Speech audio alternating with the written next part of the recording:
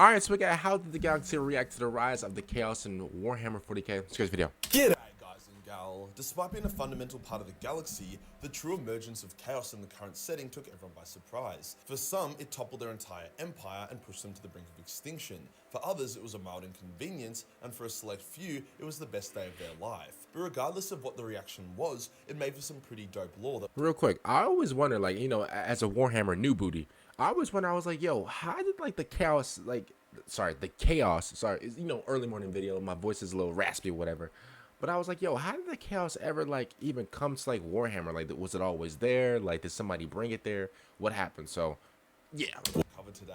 Before we get started, I'll let you in on a little secret. Despite it being October, Orc models don't sell super well, which is why Major Minis only has a couple. Okay. And sometimes it's not about making the most amount of sales. Sometimes it's about letting out your inner wah and having a bit of fun. Orc players deserve that much at least. So with that said, we still have about 40% of the VIP Orc limited launch stock remaining. Usually we like to sell out of the limited launches over the weekend, but that's because we usually don't make the launch Orc themed. Okay. The limited models are the Orc Warlord, which is my favorite. The detail is insane. So I do understand that, like, a lot of people like paint those, stuff like that. Yo, I'm gonna be honest with you.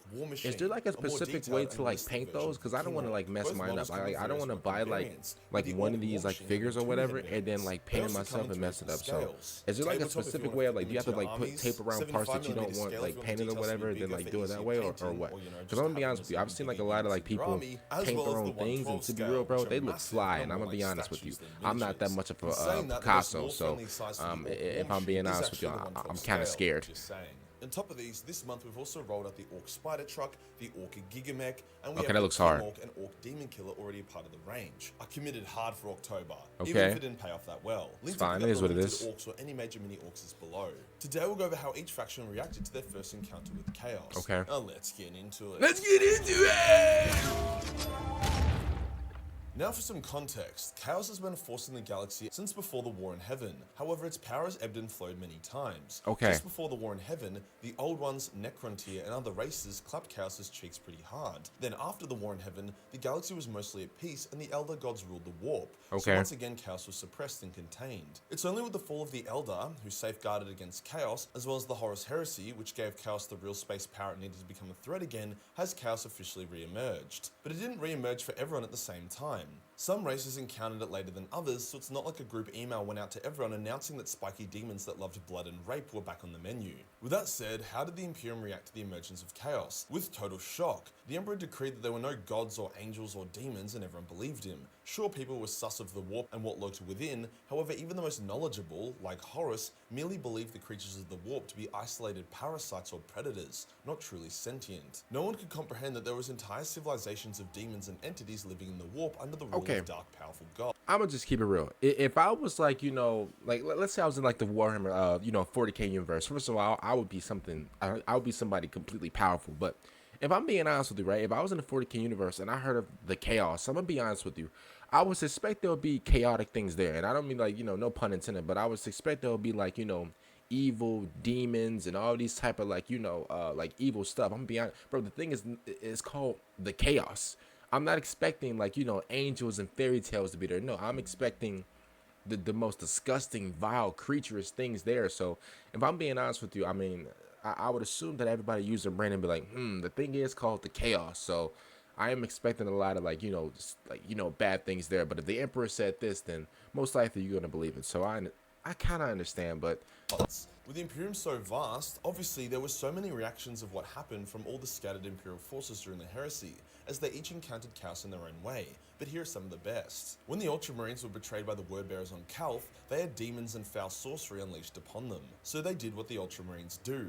They used as much common sense as possible. They saw that blades and fire worked greater than bolt gun and missile, deducing that they were fighting creatures of myth and legend, thus weapons of myth and legend would work better. They forced that the makes sense, yeah. to make sense, and then they destroyed it. The White Scars and Blood Angels both had a similar reaction to chaos.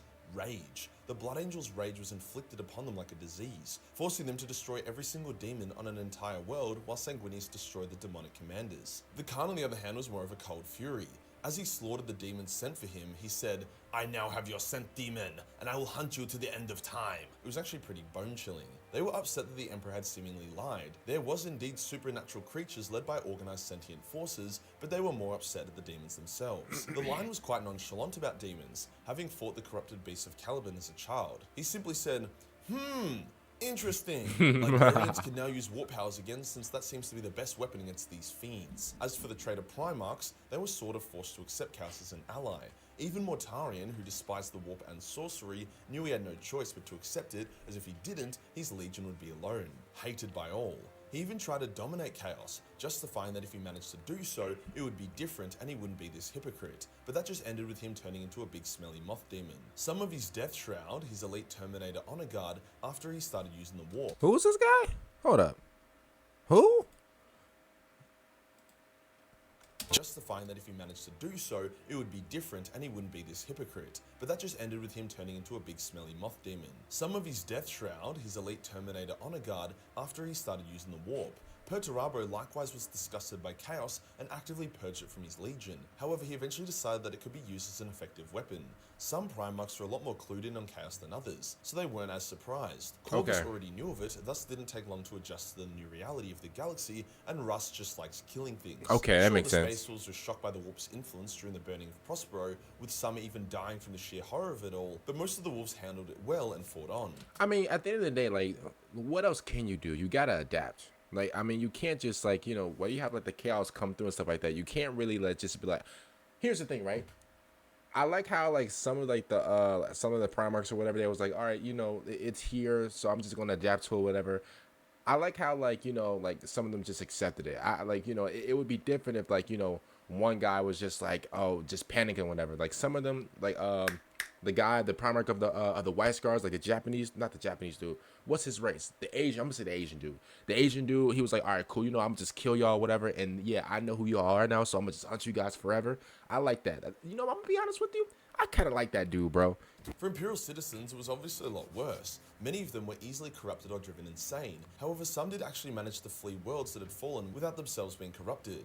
The only Imperials that took Chaos in their stride were the Custodes and Sisters of Silence, who fought the forces of Hell without a single moment of hesitation. How about the Eldar? Well, we can say that for the Eldar, Chaos emerged during their fall, when Slaanesh was born and destroyed their empire. They didn't all actually know how bad Slaanesh's birth was going to be, otherwise they wouldn't have done it. Some had a pretty good that makes idea, sense. though. The Exodites fled early and escaped to far-off Maiden Worlds. The Craftworlders saw the corruption and attempted to evacuate as many uncorrupted Eldar as possible to spirit them away from the oncoming calamity. I got a question though, real quick.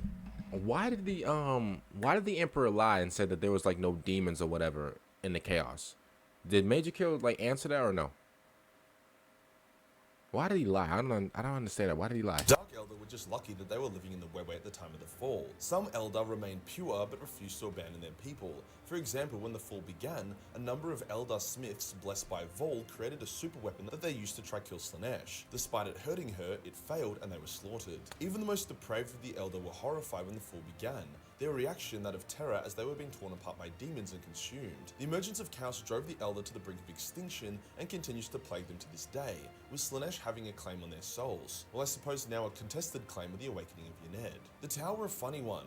As their empire was far away from Chaos strongholds and their souls were weak, thus didn't attract the attention of Chaos, they didn't encounter Chaos until quite recently. Even then, when Commander Farsight first fought the demons of Khorne, he thought they were a strange, aggressive Xeno race that had impressive teleportation technology, as evident by them being able to materialize and then vanish when killed. Overall, it was a bit of a, that was fucking weird, instead of an existential crisis of the revelation of hell existing that most other races faced. The horror of Chaos has been slowly creeping up on the Tau, especially when the Death Guard almost breached the Startide Nexus, which would have ended in the heart of the Tau Empire being sieged and polluted, as well as Farsight's semi-regular encounters with Khorne, who has taken a liking to him. How about the Necrons? Well, as stated, the Necrons fought and beat Chaos as the Necron tier, and now they are even more powerful in their immortal robotic form.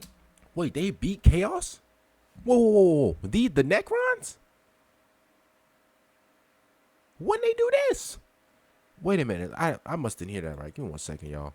They beat... As well as Farsight's semi-regular encounters with Khorne, who has taken a liking. Wait, hold up. How about the Necrons? Well, as stated, the Necrons fought and beat Chaos as the Necron tier, and now they are even more powerful in their immortal robotic. Okay, wait, they just entered my top 3. I didn't know that. I can't lie to you. The Necrons just entered my top 3 of all time. I can't lie to you. Forms. The Necrons have a lot of weapons to use against chaos and are highly immune to chaotic effects, such as Really? corruption, psychic attacks, and so on. So upon awakening and seeing chaos as quite powerful, they were annoyed but not worried. Like coming back to your holiday house to see a rat infestation. Sure, it's fucking annoying, but after a good old-fashioned extermination session and a bit of a renovation, I understand the house it, will be back in order. Yeah. Some Necrons, like Tzeentch, actively like fucking with chaos as they can be quite predictable, whilst others exterminate them with extreme prejudice. This isn't to say that chaos can't threaten the Necrons. A number of Tomb Worlds have been destroyed by the forces of chaos. However, since they already knew of chaos, had already beaten chaos, and continue to beat chaos, it's a bit of a whatever for them. The Orcs have been over the moon since chaos emerged and became a threat. Like the Orcs, chaos gets down and dirty in a fight. They don't use airstrikes and snipers and other boring methods of war that often. They charge in with their axes, screaming their war cries. The opening of the Great Rift, which the Orcs have nicknamed Gork's Grin, has made the Orcs even happier. Bro, I'm gonna be honest, bro.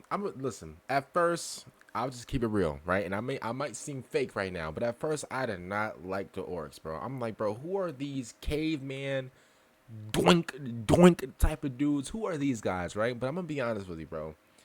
Seeing or like, hearing about their origin, learning about, why they just blatantly just fight or whatever. I'm gonna be honest with you. They grown on me. They did, bro. They. I can't believe I'm saying this. They grew on me, bro. They really grown on me, man. Because at first I did not like them. I'm like, bro, who are these guys, bro? They got the British teeth. Like, bro, why are they so like? Why do they just want to fight? They grew on me, bro. Because here's the thing, bro. Like, they're fair. They don't like all the other extra stuff. They just want to just throw their hands down. If I'm being honest with you, that's really respectable. So I never thought I'd ever say that. That's crazy. Fly into the Great Rift and often be spat out at spicy war zones, an Orc's wet dream. Orcs are also mostly immune from chaos or its effects, so they aren't really bothered by it. Chaos literally has nothing to offer the Orcs, which chaos finds infuriating. Wait, what? The Orcs have actually emerged as some of the greatest counters to chaos in the current setting, fighting them at almost every turn. The Tyranids didn't take much notice of chaos when they first entered the galaxy.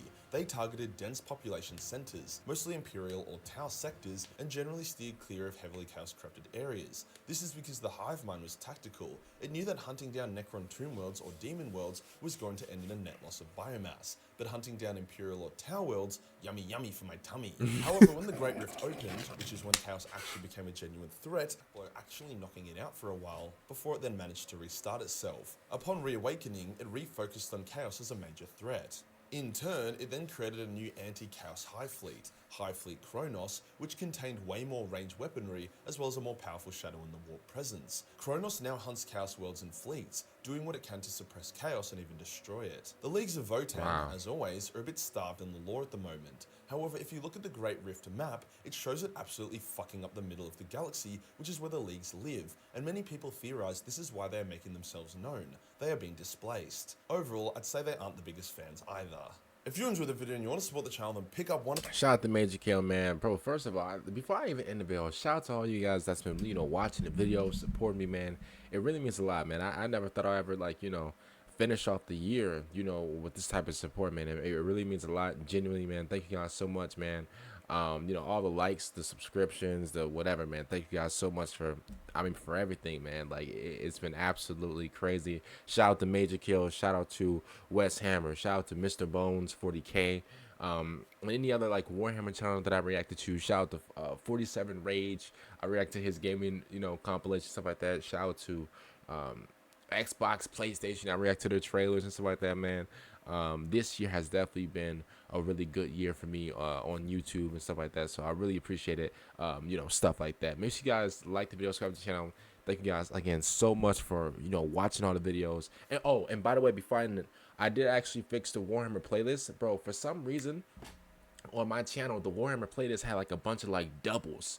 I think that was like some type of like glitch or whatever. So I did fix it up, and I added in like all the new Warhammer videos that I did like from like the past this week, last week, and the week before. So make sure you guys go check that out. By the way, it is fixed. Other than that, man, thank you guys so much for this. And I can't lie to you, if I was in the Warhammer 40k universe and I saw the chaos, I can't lie to you, bro. Everybody's getting bodied. See you guys later for the next one. I'm out. Peace out, everybody.